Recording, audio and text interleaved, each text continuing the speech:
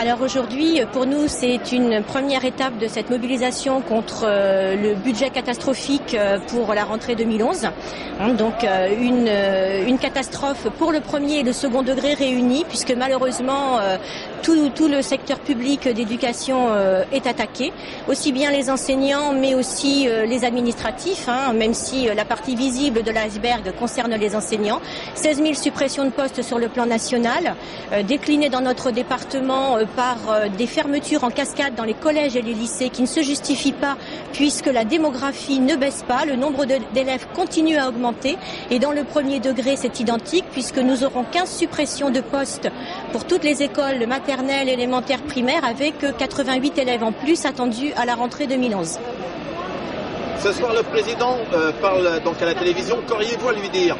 Nous aurions à lui dire que les choix politiques et budgétaires qu'il est en train de mener sont vraiment inacceptables, puisqu'il est en train de sacrifier toute une génération d'élèves en intoxiquant les uns et les autres avec sa propagande disant que les fonctionnaires coûtent cher et qu'on n'a pas les moyens de les payer, ce qui est complètement faux. Ce sont uniquement des choix budgétaires que lui a décidé de faire, parce que les financements, nous, on peut vous prouver par A plus B très facilement que l'argent existe et l'éducation est avant tout un investissement et on ne peut pas dire que ce soit une charge. François Fillon avait dit que la France était en faillite. Qu'en pensez-vous?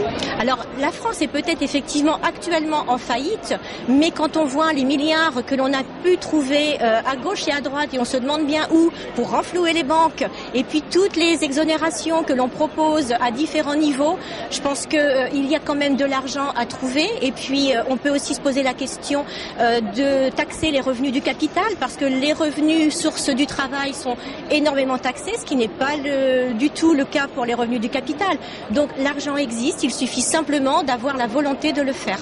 Mais si on taxe les capitales, n'auriez-vous pas peur, disons, de la délocalisation? Non, je crois que ça, il faut arrêter d'agiter ce chiffon rouge. C'est vraiment là aussi de l'intoxication pure et simple. On voit bien que même en ne taxant pas les revenus du capital, ça délocalise à tour de bras. Donc il faut arrêter de dire n'importe quoi.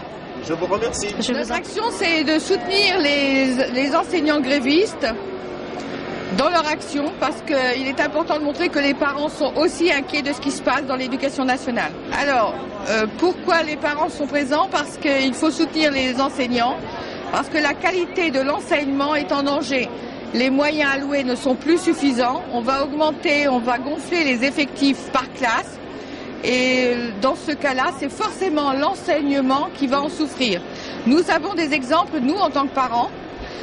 En collège, les IDD vont disparaître. On va refuser le bilinguisme alors que c'était un plus pour nos enfants d'avoir de l'anglais et de l'allemand dès la 6e. Ça va être annulé. On ne va plus pouvoir le faire parce qu'on manque de moyens. 33 élèves par classe, on va supprimer une demi-heure en sciences techno, ce qui veut dire que les expériences...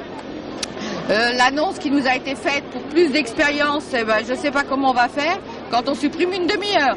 C'est sûrement la demi-heure d'expérience qui va sauter parce qu'on n'aura pas les moyens de faire expérimenter des choses aux élèves avec 30 élèves par classe.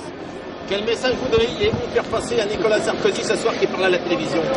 Alors, je voudrais simplement lui dire, Monsieur le Président, nos enfants sont l'avenir de la France.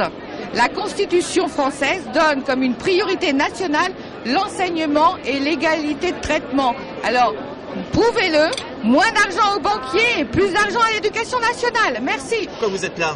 Eh bien, nous sommes là parce que nous avons 2 suppressions de postes dans notre collège. Cas effectif pratiquement constant par rapport à il y a 2 ans, nous perdons plusieurs heures de cours, 24 heures, que nous aurons des classes beaucoup plus chargées, que les dispositifs que nous avons mis pour aider les élèves en difficulté vont être supprimés et que c'est un grand ras-le-bol qui s'exprime dans notre collège. C'est la première fois depuis 20 ans que je suis dans ce collège qu'il y a une grève avec 100% de professeurs grévistes et 30 élèves aujourd'hui simplement au collège sur 630. C'est du jamais vu. Vous représentez quel collège? Alors le collège Molière de Beaufort-en-Vallée, entre Angers et Saumur.